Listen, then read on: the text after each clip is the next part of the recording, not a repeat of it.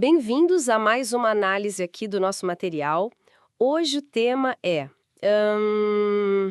bem interessante, anjos como um tipo de reforço divino.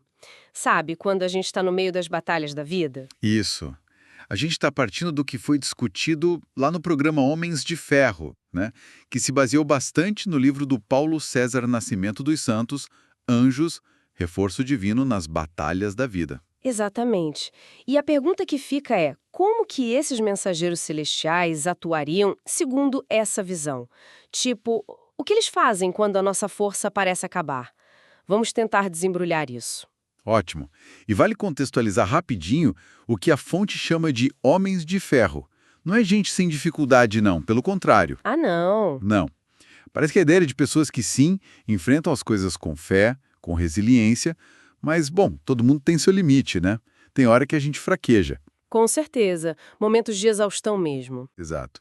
E é nesses momentos, segundo a fonte, que essa ajuda divina, esse reforço, se tornaria, assim, essencial. Crucial mesmo. Entendi essa nuance. E eles buscam base bíblica para isso, claro. Um versículo-chave que a fonte menciona é Hebreus 1,14. Sim, aquele que pergunta: não são todos eles espíritos ministradores enviados para servir a favor dos que hão de herdar a salvação? Essa palavra ministradores, ela é forte, né? Quer dizer, indica uma ação, um serviço ativo. Exatamente. Ministrar é servir. E o texto direciona esse serviço. É para quem está no caminho da salvação. Aí a fonte vai para exemplos bíblicos para ilustrar. Quais exemplos eles trazem? Um bem marcante é o de 2 Reis, capítulo 6. O profeta Eliseu e o servo dele cercados pelo exército inimigo. O servo em pânico, Lembro dessa história. E aí? Eliseu ora. E aí o servo consegue ver as montanhas cheias de cavalos, carros de fogo, um exército de anjos protegendo eles. O fascinante aí, É que a proteção já estava lá, só não era visível. isso, uma proteção poderosa, mas invisível aos olhos comuns. Precisou da oração para revelar. Mostra essa dimensão espiritual da proteção. Faz sentido. E tem mais exemplos na fonte. Tem sim. Mateus 4,11. Jesus no deserto depois da tentação. Um momento claro de esgotamento, né? 40 dias, imagina. Pois é. E o texto diz que os anjos vieram e o serviram. Aqui já parece um apoio mais direto, um cuidado, um fortalecimento depois da prova. Interessante, tipos diferentes de intervenção, então. Sim. E ainda citam Daniel na cova dos leões. Daniel 6,22. A narrativa diz que um anjo fechou a boca dos leões. Uma proteção física bem direta, por causa da fidelidade dele. Físico, esgotamento espiritual. Parece que a fonte quer mostrar que essa ajuda angelical se aplica em várias situações. Exatamente, a ideia parece ser essa, não é para um tipo só de crise. E aí vem a questão prática, né? Como isso funcionaria hoje, no nosso dia a dia? Aqui fica realmente interessante. Como a fonte sugere que os anjos agiriam hoje? Bom, a visão apresentada aqui pode ser de várias formas.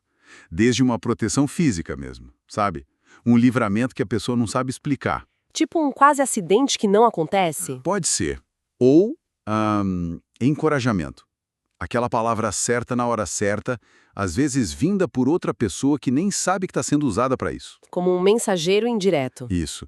E a fonte até considera em casos mais extremos intervenções mais visíveis, tipo milagres mesmo. Uau! E tem uma citação do autor, né, do Paulo César. Tem, e ela resume bem, ele diz: anjos são reforços que Deus envia quando você está em seu limite.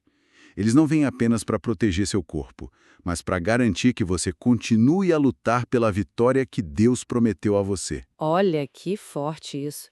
Garantir que você continue a lutar, não é evitar a luta. Não é evitar, é dar força para perseverar, para não desistir no meio do caminho. E como se acessa essa ajuda, segundo essa visão?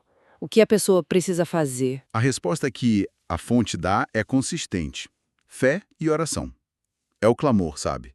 Pedir ajuda nesse momento de limite, de fraqueza, acreditando que a resposta pode vir. A fé como chave, então. Exato. E citam de novo o Salmo 91, verso 11. Porque aos seus anjos dará ordens a teu respeito, para te guardar em todos os teus caminhos. Uma promessa direta. E os exemplos de Daniel orando, Jesus no Getsêmani. Isso. Lucas 22,43 fala de um anjo fortalecendo Jesus na angústia do Getsêmani. Mostram essa dinâmica. A pessoa se volta para Deus em fé, clama, e aí vem o fortalecimento, a intervenção. Isso levanta uma questão importante, né? Sobre essa relação entre fé, oração e a manifestação dessa ajuda. Entendi. Então, resumindo a perspectiva que a fonte apresenta, anjos não são só figuras bonitinhas, distantes. São vistos como reforços mesmo, ativos, enviados por Deus quando a pessoa clama em fé. Exatamente. Para ajudar na luta, para garantir que a pessoa fique firme.